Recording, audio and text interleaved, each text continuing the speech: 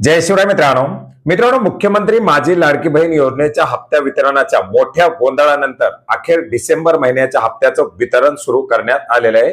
आपण पाहिलं होतं की राज्य शासनाच्या माध्यमातून डिसेंबर आणि जानेवारीचा हप्ता एकत्रितपणे वितरित करण्याचा घाट घातलेला होता।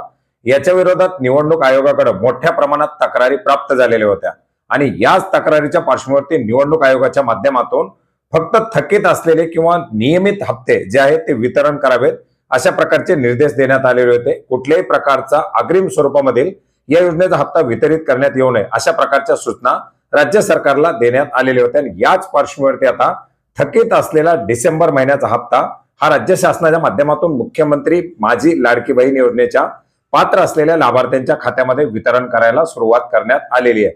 अर्थात मुख्यमंत्री माझी लाडकी बहीण योजनेच्या अंतर्गत पात्र असलेल्या लाभार्थ्यांना संक्रांतीपूर्वी येणाऱ्या 3,000 ऐवजी आता 1,500 रुपये त्यांच्या खात्यामध्ये क्रेडिट व्हायला सुरुवात झालेली आहे। मित्रांनो, याचबरोबर आपण जर पाहिलं तर नोव्हेंबर महिन्यामध्ये सुद्धा बऱ्याच साऱ्या लाडक्या बहिणींना पात्र असून सुद्धा हप्त्याचं वितरण करण्यात आलेलं नव्हतं। ज्या ज्या महिला लाभार्थ्यांचे असे हप्ते थकीत होते त्या महिलांचे हप्ते देखील या हप्त्यासोबतच क्रेडिट होतील अशा प्रकारची अपेक्षा आहे।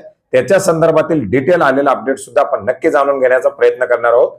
तत्पूर्वी संक्रांतीपूर्वी लाडक्या बहिणींना ही एक नक्कीच मोठी खुशखबर आहे। धन्यवाद।